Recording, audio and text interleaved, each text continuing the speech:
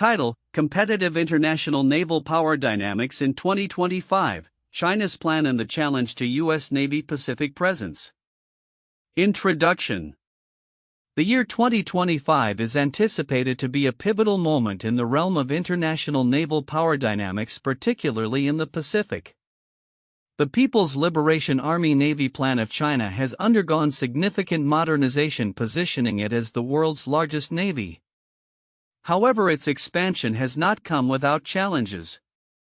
This report explores how the plan is set to challenge the United States Navy's USN presence in the Pacific, focusing on logistical, structural, and operational factors across 10 strategic locations. Key points. 1. Geographical and logistical challenges. The plan's operational activities remain largely confined to the green waters of the South China Sea, East China Sea, and Yellow Sea. This limitation is primarily due to the first island chain, which acts as a natural barrier to broader blue water operations. The plan has established a limited number of overseas bases, notably in Djibouti and Cambodia. These bases are insufficient for sustaining extensive naval operations and lack the necessary infrastructure to support large-scale deployments. 2. Replenishment vulnerabilities. China's at-sea replenishment capabilities are notably inadequate, with only 9 modern replenishment ships available. This limitation restricts the operational endurance of planned vessels and exposes them to vulnerabilities during military engagements. 3. Force structure and capabilities. The plan's force structure is predominantly defensive, focused on anti-access/area denial A2/AD strategies rather than blue water capabilities. Significant gaps remain in advanced nuclear submarine development and operational experience in extended deployments. 4. Command structure issues. The centralized command culture of the PLA limits the ability for decentralized naval operations. This rigidity can hinder effective naval engagement compared to the more flexible command structures employed by Western navies. 5. Economic sustainability. China's economic outlook appears uncertain, with projections indicating slower growth. Budgetary constraints could directly impact military spending, affecting the plan's expansion and operational readiness. Strategic locations of interest. 1. South China Sea. The plan has increased its assertiveness in this region, but its operations are limited by logistical constraints and the need for A2/AD capabilities against U.S. forces. 2. East China Sea. Tensions around Taiwan remain high, with both the plan and USN conducting exercises to demonstrate their capabilities. However, the plan's operational reach remains constrained. 3. Yellow Sea. This area serves as a critical operational zone for the plan, but its proximity to U.S. allies restricts Chinese naval maneuvers. 4. First island chain. The geographic barriers represented by this chain limit Chinese naval access to the open Pacific, raising significant operational challenges. 5. Second island chain. This area represents potential avenues for Chinese expansion, yet U.S. territorial holdings and alliances maintain a significant presence. 6. Djibouti. The establishment of a base here marks China's first overseas military footprint, but it lacks the necessary infrastructure for extensive naval operations. 7. Cambodia. The Ream naval base has seen upgrades, yet it remains underdeveloped for sustained naval operations beyond the first island chain. 8. Guam. Key to U.S. military strategy, Guam serves as a bastion for U.S. forces in the Pacific, directly countering Chinese naval ambitions.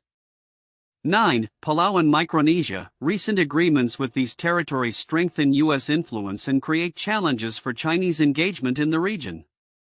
10. Indian Ocean. While the plan has interests here due to energy transport routes, its logistical capabilities remain limited compared to U.S. naval presence. Timeline of events and developments. 2017, establishment of the Djibouti base marks China's initial step toward global naval presence. 2022, a security agreement with the Solomon Islands raises concerns over Chinese intentions, though no bases materialize. 2023, Increased carrier operations beyond the first island chain highlight China's blue water ambitions, but logistical limitations persist. 2024 and beyond, the commissioning of the Fujian, China's first advanced aircraft carrier, is expected to enhance operational capabilities, though challenges remain. Conclusion. While the plan has made notable advancements in terms of fleet size and capability, its ability to effectively challenge U.S. naval supremacy in the Pacific by 2025 is fraught with uncertainties. Logistical limitations, command structure rigidity, and economic sustainability will significantly shape its operational effectiveness. The U.S. Navy's established infrastructure and operational experience provide a substantial advantage, suggesting that any potential threats from China will likely remain localized rather than manifesting into a robust blue water challenge in the near term. In summary, the dynamics of naval power in the Pacific will continue to evolve, but the plan's ability to translate its numerical growth into effective blue water operations remains contingent on overcoming a series of critical challenges. In analyzing the naval power dynamics between China's People's Liberation Army Navy plan and the United States Navy USN as they stand in 2025, several counterintuitive insights emerge from the assessment of both forces' capabilities and limitations. 1. Its size versus capability. While the plan is touted as the world's largest navy in terms of ship numbers, this does not translate into an equivalent operational capability. The quantity of vessels does not equate to a robust blue water operational capacity. The plan's focus has largely been defensive, centered on anti-access/area denial A2/AD strategies, which limits its effectiveness in broader maritime conflicts. 2. Geography and access. The first island chain, which encloses China, poses significant geographical constraints on the plan's operations. The notion that a large navy can effectively project power globally is countered by the reality that the plan's geographic limitations hinder its ability to sustain blue water operations. The U.S. Navy's extensive network of bases throughout the Pacific provides a clear logistical advantage that the plan lacks. 3. Logistical vulnerabilities. The plan's limited at-sea replenishment capabilities with only 9 modern replenishment ships raises questions about its operational endurance. This contrasts sharply with the U.S. Navy's established logistics infrastructure, which allows for sustained operations across vast distances. The assumption that a larger fleet can operate effectively without adequate support is misleading. 4. For command structure, the centralized command culture of the plan may impair its operational flexibility. While a more decentralized command structure in Western navies allows for rapid decision-making in dynamic combat situations, the PLA's emphasis on control could hinder effective naval engagement, especially in complex scenarios beyond its immediate coastal waters. 5. Economic sustainability. The expectation that China's economic growth will fund its naval ambitions may be overly optimistic. Current projections indicate a slowdown in growth, which could lead to budgetary constraints that impact military spending. The assumption that military expansion will continue unabated is challenged by the realities of economic priorities and internal security needs. 6. Limited experience in blue water operations. Although the plan has made strides in enhancing its surface combatants and naval aviation, it has limited experience in extended blue water deployments. The assumption that rapid modernization translates to immediate operational effectiveness ignores the importance of experience and training in naval warfare. 7. Perception of threat. The narrative that the plan is poised to overtake U.S. naval dominance may overlook the significant challenges it faces. While some analysts highlight China's rapid growth as a threat, it is essential to differentiate between potential and actual capability. The plan's effectiveness in a global context remains speculative, contingent on overcoming substantial hurdles. 8. Strategic partnerships. The belief that China will easily establish overseas bases to support its naval operations is contradicted by the geopolitical resistance it faces. Despite efforts to secure bases in Djibouti and Cambodia, the limited capacity and regional pushback highlight the complexities of building a global support network. 9. Emerging technologies. While advancements in carrier aviation and submarine technology are promising, the plan's current capabilities do not match those of the U.S. Navy. The assumption that technological improvements will rapidly close the gap may overlook the time and resources needed for effective integration and operational readiness. 10. Internal priorities over military expansion. The assumption that defense spending will take precedence over other internal security needs could prove misguided. As economic pressures mount, the Chinese government may prioritize domestic stability and civil order over military expansion, limiting the resources available for naval modernization. In summary, the dynamics of naval power in the Pacific by 2025 reveal that while the plan is indeed growing, numerous structural, logistical, and strategic challenges temper the narrative of an imminent Chinese naval challenge to U.S. supremacy. The interplay of these factors underscores the complexity of modern maritime power and the importance of realistic assessments of capability over mere numerical strength. In the context of the 2025 international naval power dynamics, particularly regarding the challenges posed by China's People's Liberation Army Navy plan to the United States Navy USN, there are several critical aspects that are often overlooked but carry significant implications for both regional and global security. 1. Logistical limitations of the plan. Many reports highlight the quantitative growth of the plan, often neglecting the qualitative aspects of naval logistics that are crucial for sustained operations. The plan's operations are primarily confined to coastal waters constrained by the first island chain, which limits its ability to project power globally. The reliance on only a few overseas bases, like Djibouti and Cambodia, coupled with inadequate at-sea replenishment capabilities, only 9 modern replenishment vessels, poses severe limitations on the plan's operational endurance. This means that while the plan can muster impressive numbers, its ability to sustain long-term naval engagements in blue water open ocean remains questionable, particularly when compared to the USN's extensive network of 71 bases in the Pacific. The reliance on replenishment ships, which are inherently vulnerable during conflict, further exacerbates these logistical challenges. 2. Command structure and cultural issues. The centralized command culture of the Chinese military presents another significant hurdle. The PLA's rigid command structure contrasts with the flexible decentralized command practices of Western navies, which are often more adept at responding to the dynamic nature of naval warfare. This rigidity could be detrimental in combat situations where rapid decision-making and adaptability are critical. Historical examples such as the PLA's initial response to piracy in the Gulf of Aden illustrate the potential pitfalls of such a command structure, where critical communications had to pass through distant bureaucratic channels, thereby delaying timely action. 3. Economic sustainability concerns. While much emphasis is placed on the plan's growth, there is less focus on the economic sustainability of such expansion. China's economic trajectory is uncertain, with projections indicating a potential slowdown in GDP growth. This could lead to budgetary constraints that might impact military spending, including naval modernization.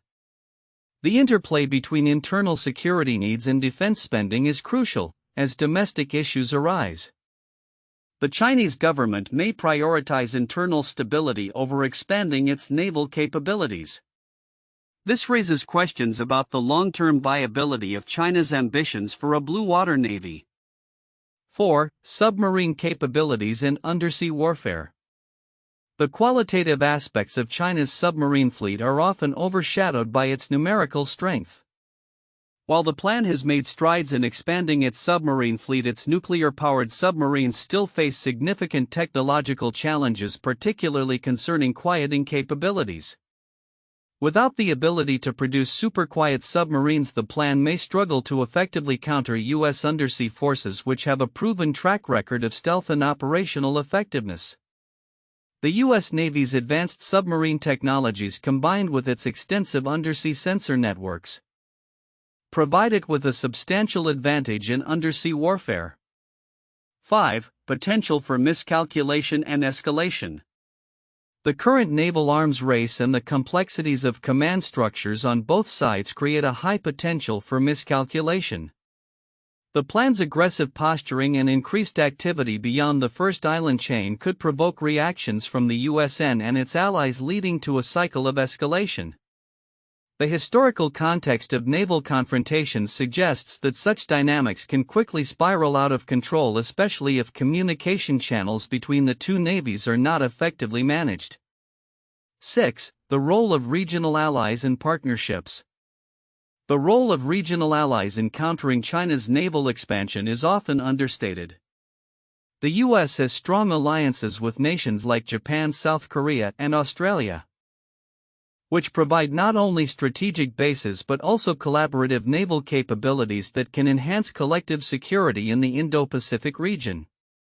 The importance of these partnerships in maintaining a balance of power cannot be overstated, particularly as China attempts to expand its influence through both military and economic means. Conclusion.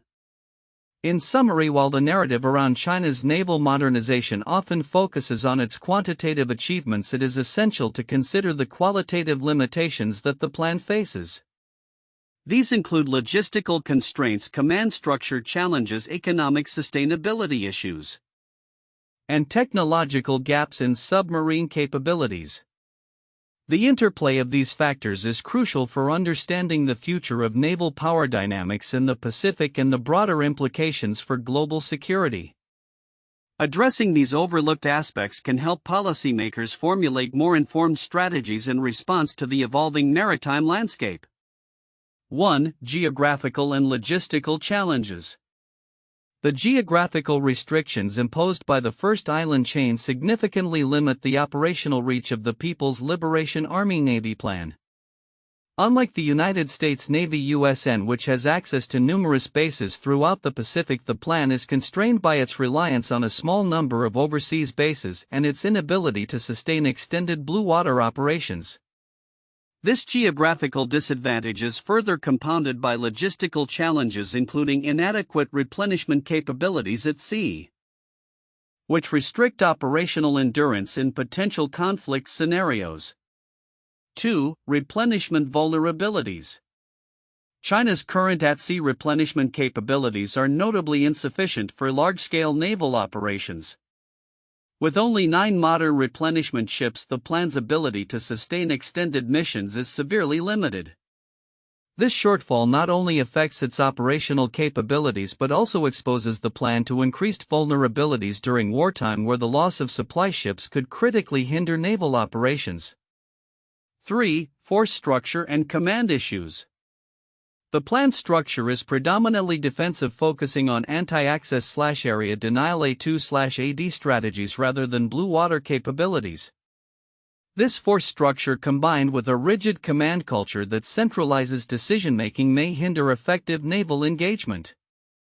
The lack of operational experience in extended deployments further exacerbates these issues, resulting in challenges when attempting to project power beyond China's immediate maritime boundaries.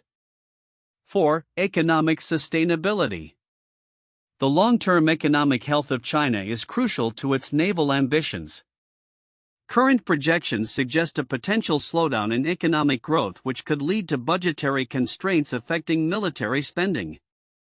Given the high costs associated with operating and maintaining a blue water navy, including ship construction and personnel expenses, any significant reduction in economic growth could prompt the Chinese leadership to prioritize internal security over military expansion, thereby limiting the plan's prospects for sustained blue water operations.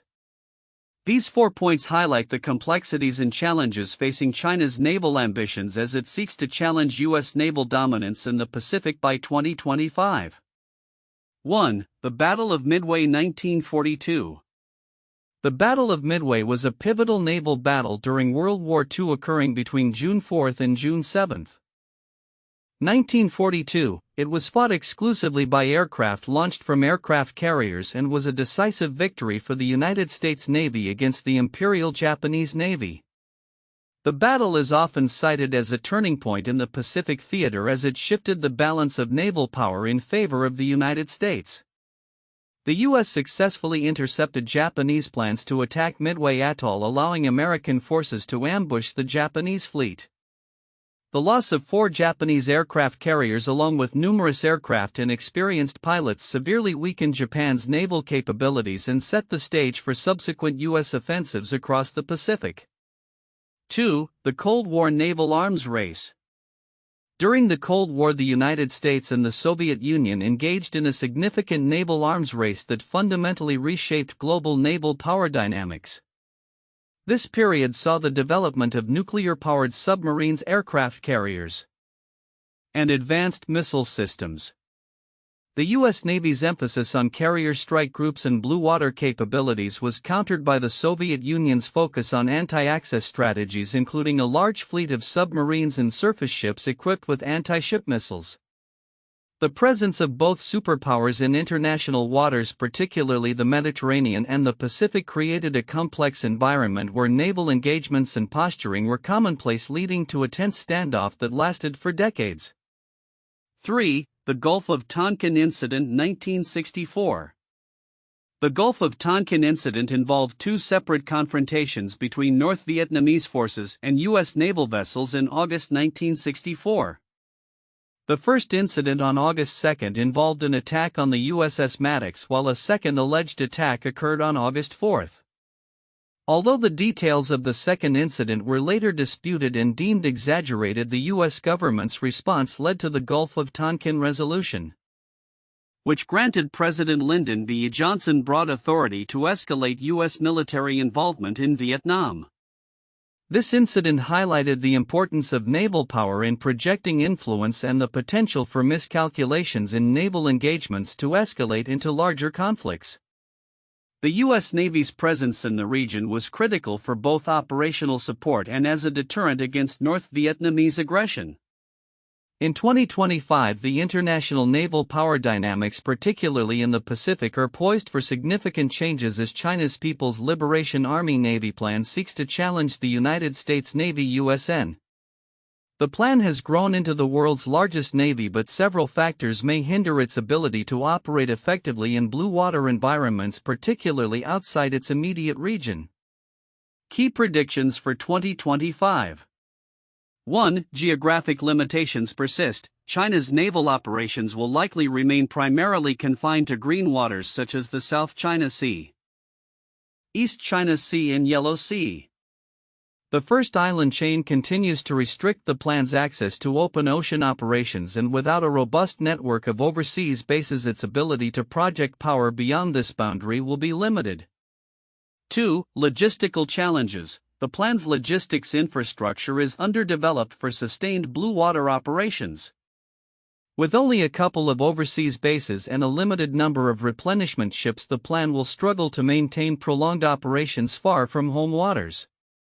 The USN's extensive network of bases and support facilities across the Pacific gives it a significant advantage in logistics. 3. Replenishment capabilities. The plan's replenishment fleet is insufficient for large-scale naval operations. With only 9 modern replenishment vessels, the plan lacks the capacity to support extensive deployments, making it vulnerable during extended operations. 4. Command structure and operational flexibility. The rigid command structure of the PLA could hinder the effectiveness of the plan in decentralized operations. In contrast, the USN's more flexible approach to command and control may facilitate better responsiveness during naval engagements. 5. Economic factors. China's economic growth may slow down, impacting its defense budget and the sustainability of its naval expansion. Potential economic challenges could limit China's ability to invest in necessary naval capabilities and infrastructure for blue water operations. 6. Focus on A2/AD strategies. The plan will likely continue to emphasize anti-access/area denial A2/AD capabilities designed to protect its coastal waters rather than projecting power globally. This focus may result in a force structure that prioritizes regional defense over blue water capabilities. 7. Carrier development. While China is making strides in developing aircraft carriers, challenges remain. The expected commissioning of the Fujian China's first advanced aircraft carrier could enhance its capabilities, but operational deployment will require time and experience. The plan's carrier aviation will need to prove its ability to sustain long-term operations outside its home waters. 8. Submarine capabilities. China's nuclear submarine fleet will continue to face limitations in stealth and operational experience.